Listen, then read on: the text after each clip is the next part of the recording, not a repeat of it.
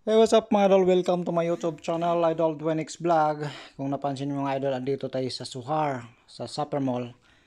Andito tayo mga idol para mag-attend ng stock takes yung inventory dito sa Carrefour. Kasi nga kailangan namin na mag-joint dito kasi nga medyo mahina yung sales namin dito. Kailangan namin na humingi din ng favor after ng inventory. More order. So, andito tayo sa loob mga idol para gumala muna kasi nga nag-travel ako ng 6 o'clock and then nakarating tayo dito sa Super Mall, Suhar is mga mag 9 mga idol. So, alas 9. So, yung start ng inventory namin is 11. Kaya may oras pa ako para gumala dito. Ay pasilip ko sa inyo itong eleganteng mall na to. Napakaganda din dito. Ayan mga idol, so pasilip ko sa inyo, ayan.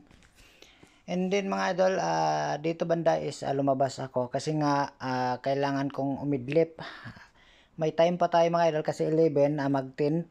May 1 hour pa mga idol para makapag-idlip, makapag-save tayo ng energy mga idol. Kasi hanggang umaga yung trabaho natin, walang tulugan. So, pasalip ko sa inyo mga idol, andito na, nag-start na kami, 11 na mga idol. Ayan, tawang-tawa ako dyan kasi nga, kala ko di ako nabantayan, nabantayan pala ako na nagbibideo dun sa ceiling area, di naman bawal mga idol, pero kasi nagtrabaho tayo, kaya delikado din, may mga staffs, mga manager nag-iikot, so, kailangan ding ingat, so, dito mga idol is mag 4 AM na mga idol. Gutom na kami, antok na. So na lang nag-break ng may break time kami na 10 minutes para mag-snacks. So bumili yung nagpa-snacks yung manager dito ng pizza. So mabuti naman din sa dami ng mga nag-attend may nakita din tayong isang Pinoy na nag-join dito, ibang kumpanya din. Kaya may kausap tayo. Pero bumalik din kami agad sa trabaho mga idol kasi nga madalian. Ayan mga idol, ayan, andito na tayo sa labas. Yung time dito is 5:30 pero madilim pa. Kasi nga kinausap ko yung manager mga idol kasi nga ako lang ang nag-joint na nasa malayo na kailangan kong umuwi pa ng mag-travel ng 2 hours and a half.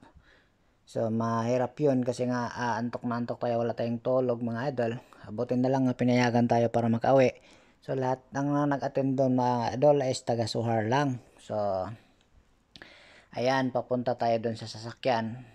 Antok na antok tayo dito mga idol pero kung sakali din natin kakayanin mag-travel o antokin tayo, maghanap tayo ng safe na lugar o gasoline station mga idol. Ayan, para makapag-idlip tayo kasi nga mahirap ang magbiyahe ng walang tulog. So dito mga idol is kaya pa, nakapagbiyahe pa tayo ng 1 hour from Suhar to Mascat. Kaso medyo sobrang antok na, parang delikado na mga takbo natin mga idol kasi yung mata natin is medyo talagang bibigay na.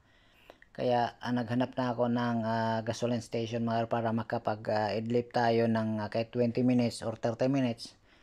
Ayaw kong idiretso mga idol kasi nga delikado.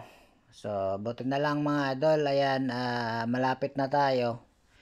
Nakapag-continue dito mga banda idol is mag 8 na. Yan, sa wakas mga idol, andito na tayo, nakarating na tayo dito sa Mascat. Yan, andito na ako sa labas ng bahay. Thanks God din, ginabayan tayo ng Panginoon mga idol sa ating biyahe.